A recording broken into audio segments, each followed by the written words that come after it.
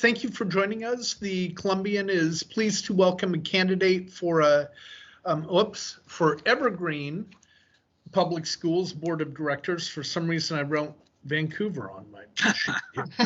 That would not be good. Evergreen Public Schools Board of Directors, Position 1. I'm Greg Jane. I'm the editorial page editor here at the Columbian. I will let other board members introduce themselves. Craig. Hi, I'm Craig Brown. I'm the editor of the Columbian. And then Ben. And I'm Ben Campbell, publisher of the Columbian.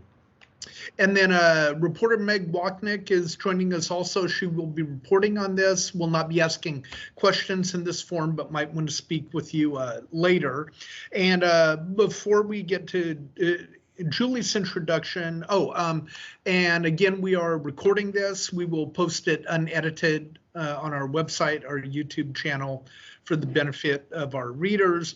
And before we get your introduction, I should mention there are two other candidates in this race.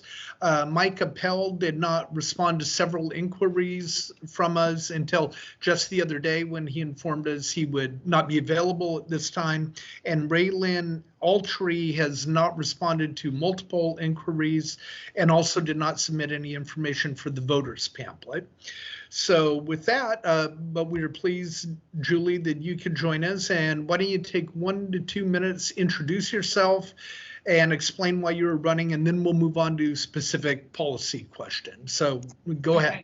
All right. Well, I appreciate you all taking the time to meet with me today. I know everybody's got a busy schedule, and really appreciate the time to be able to tell you why I am running again for Evergreen Public Schools. So first appointed 2012, ran for election 2013, re-elected in 2017.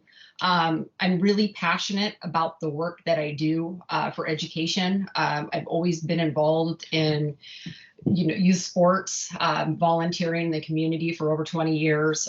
Just always feel like I have a calling for service, and education has always been something that I've been interested in. My own education, my son's education throughout his time at Evergreen Public Schools, just something that we value and that I want to make sure that every child in our area, and not only in our area, but through the state and our country, has the best education available to them. And so I'm a huge advocate for public education, and I'll continue to do so. Thank you. And just want to clarify, has your son gone through Evergreen Schools? Is he done? Yeah, he graduated in 2015 from Heritage High School. Then he went on to UW, history major, and then he just actually graduated with his master's in teaching. So he's gonna probably do the career choice that maybe I always wanted to do, and that banking became my thing. Great. Well, thank you. Let's get started with, I think the first question is, there's a recent report from the Washington Association of School Administrators. And as the Columbian reported, this survey among district leaders found a lack of trust and a divide among staff. What are your thoughts about this report, and what role does the board play in improving the culture? Well, a couple of things. Culture to me in any organization is one of the most important, and it's the key. And it's very fragile, and you have to work hard at it every single day, right? And I think that, and as was reported from that management report that came out, everyone has a common goal, and that's to serve our students. And everybody's excited about the work in serving our students. But in any organization, when things are fast moving, as large as Evergreen Public Schools is, there's always things that we can work on to improve and to build our organization to be stronger. And I always think about it like this. It's like, if you really want to take a hard look at things, you can continue to just kind of like, we're just going to keep doing the work and getting by, and people change, but things, it doesn't really, the culture never really does what you want it to do. And when you build a really strong culture, you have to ask tough questions. You have to figure out you have to ask people what it is that, is happening. And then you have to form some action plans around that, and you have to commit to trying to get better. And so I'm proud that we've actually taken that hard look, and we're committed to getting better. We're committed to improving as a team. And I think the board plays a huge role in that. We're the leaders of the district. we set the vision and the mission for the district and the goals, and we want a cohesive team, and we want this culture to work. And I think that the work that we're doing is super important. Craig, did you want to follow up on that? Sure. So recently in the Vancouver School District, there was a parting of ways with the superintendent, and he received a large payout, including approximately a year of salary. And that distressed a number of citizens. Would you be in favor of that? Would you allow that to happen should Evergreen part ways with its current superintendent? Well, that's always a difficult, situation. I mean, we had a superintendent change just a couple of years ago, and superintendents have a difficult job, and they've been under a tremendous amount of stress. And I'm not talking about our district in specific. I'm talking about all superintendents. I also serve on the Washington State School Directors Association, and so I get to work with a lot of colleagues across the state. And this is not uncommon. It's a stressful job. Is a district as large as Evergreen or Vancouver. I mean, we're two of the largest employers in the county. They're under a lot of pressure, and they all have a contract. And everybody's contract is different, but there are things that are written in that contract. And then you get to the time that you want to make a change. In order to do so, there's usually a financial aspect of that you have to, there's some payout. So my thing is that I feel like we've got a great leader in our district, and we know the kind of work that we can do together, and we just want to keep building a strong team. What if it does get to that point? What kind of severance package does Mike Merlino have? I don't know the specifics. I'm pretty sure that most superintendents, because I think it's pretty common language, that it's maybe 6 months salary and vacation payout. And I think that's where a lot of the financial comes from, is because there's such a large vacation bank that's built up, especially somebody like Superintendent Merlino, who's been with the district for over 20 years. I come from the private sector. You take all your vacation in 1 year, you lose it, right? So I'm not, in my world, I'm not really familiar with all these big banks, but in public education, there's always these big banks of vacation hours that accumulate. So I think that's a large portion of it. And I think it's 6 months salary is the specifics. I think some superintendents have a year, so it could be 6 months to a year.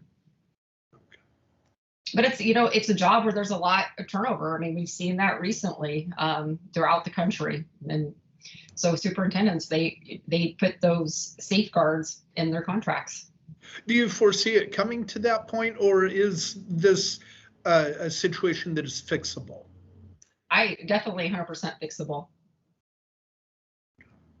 I don't even know if there's something to fix per se. I think it's just we want to become a stronger organization. And there was so many moving parts throughout the pandemic and the fallout from the last several years. We had, the teacher strike in 2018. There's just so many things that we want to just continue to build on, and just some of the things you need to address as an organization sometimes. You mentioned the pandemic. Let's talk about how would you assess the district's response to that, and what do you think will be the long-term impact on students? I want to say Evergreen was a leader, not only in our county, but throughout the state. A lot of districts kind of watched what we were doing. Superintendent Merlino was part of there was a Clark County group of superintendents. They met weekly. They were constantly meeting with Dr. Melnick, Clark County Health Department, OSPI, and all, just all the major players trying to figure out what the best path forward was. And in the beginning, we put forward, we were one of the first districts that had meal pickup and delivery. We got supplies out to people. I'm not sure if it was like the second or third year I was on the school board, but we did our major one-to-one tech initiative. And because of that, we were able to quickly make sure that every student had a device at home. And our IT department was instrumental in making sure that students were able to connect. And there were some issues, because people don't have the greatest internet at home sometimes, and there was always some of those things, but we were quick to respond.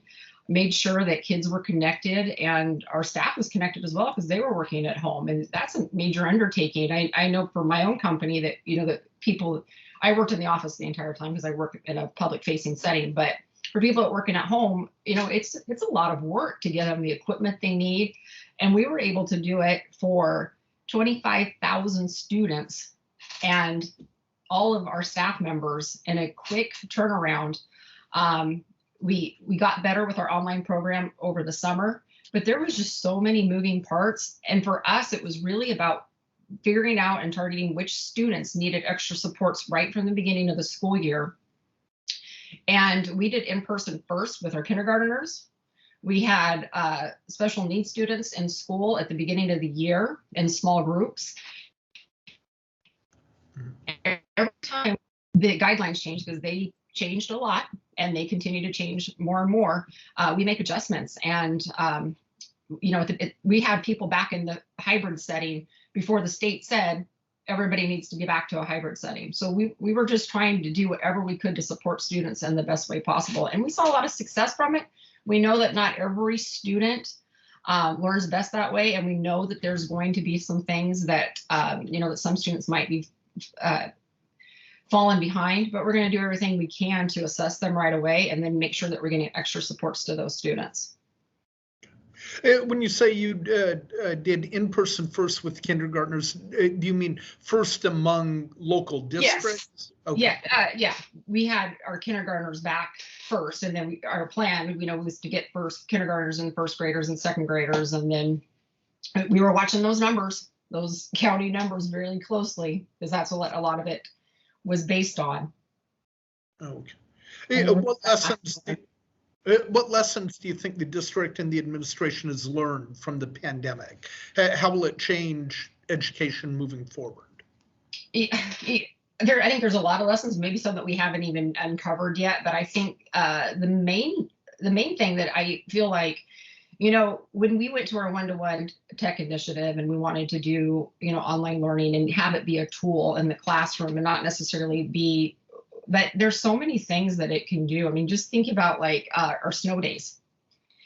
We just were like, oh, it's snow. We don't have to cancel school. We can still have school because now we have systems in place that we can do things. If a student is out for an extended amount of time, we can reach them. I remember when I was in the 6th grade when my friends broke her leg, and the only way we could get school to her was to bring it to her, right? So that somebody from the classroom maybe like bring the school books home or bring the assignment over. But today's world, you can zoom in. You can zoom in. The teacher can talk to you and the rest of the students. I don't think that remote will ever. It never will replace the experience of the classroom teacher and the relationships between people. Because I'll tell you, and I'm sure all of you have known this too. You've done a lot of Zoom meetings. And there is nothing like face-to-face interaction and being in the same room. I would prefer to be in the same room with all of you now. I just feel like there's so much more about that personal connection. And I know that our students learn better, but there are some that learn better in a remote environment, and they now can maybe make that choice for themselves moving forward. And I think that those are some of the things that, that we have more options and more ways to deliver. Craig or Ben, you have anything? Sure. So the political talk shows on TV are all full of critical race theory, and there's lots of debate. I'm not sure there's much information, but there's lots of debate. So how does this filter down to the Evergreen Public Schools and your role as a board member? All the debate over critical race theory. Well, it's really taken storm, and I'm not sure why, but I hadn't even really heard the term until May. But now I hear it every day because somebody's asking me about it. It's not being taught in the school district. There's no curriculum for it. Yes, there was a bill for cultural response training for staff, administrators, school board directors. We've already been doing that training. We had staff go through equity training. We've been doing equity training for every year that I've been on the school board because it's an initiative that's been super important to this board. It's looked different over the years, but we've sent our staff through training this past year. The board took it. We're going to continue to take it. And I really think that what it's about is helping our staff, people in general, have better conversations with people, getting better. We have social emotional learning with our students, and really the idea is so that they can connect better with each other. And I think it's working for kids, and I can't wait someday, because it might take some time, kind of like, you know, pandemic, the stuff that will happen through the pandemic. But I think with social emotional learning, I think we're going to see that kids are going to be able to talk to each other better, and than some of our adults are talking to each other now, because they've had some of that we necessarily maybe didn't have when we were younger. Of some of that, you know, how do you identify when somebody's having a hard day? What do you say to them? And I feel like that's going to really benefit them down the road. Devices and things like that, because now kids want to text and they don't always want to call each other and talk it out. You know, I'm a firm believer we got to talk things out, but I really think that just this equity training is helping people have better conversations, and I think that's important. Okay, thank you. You've been on the school board a long time. That's a big accomplishment, serving 2 full terms and a partial term. Looking back, what are some of the things you're most proud of that you've accomplished? You know, the things that we put in place for students, I started right after the major budget cuts after the recession. And so there was a lot of things that had stopped for students. And it's always been important to me to have students engaged. I feel like if our students are engaged in school, they'll continue to want to come, they'll continue to want to put their best foot forward. And that engagement can be a favorite teacher. It can be the sport they play after school, music, band, arts. It really doesn't matter. It's something.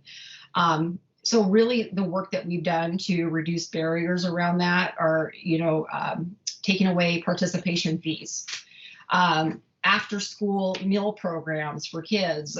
You know, there's a lot of kids that, you know, just, they don't have that. It's hard to play. I remember I played sports all throughout high school, and I can remember going straight to the basketball court right after a whole day and being hungry and not having that access. And now we've got it in place for kids, and I think it's super important. You just, I just want our kids to be engaged with something at school. And so the things that we've done, we brought back field trips and experiences, whatever we can do, whatever program we can offer a student to help them stay engaged in school is what I'm most proud of.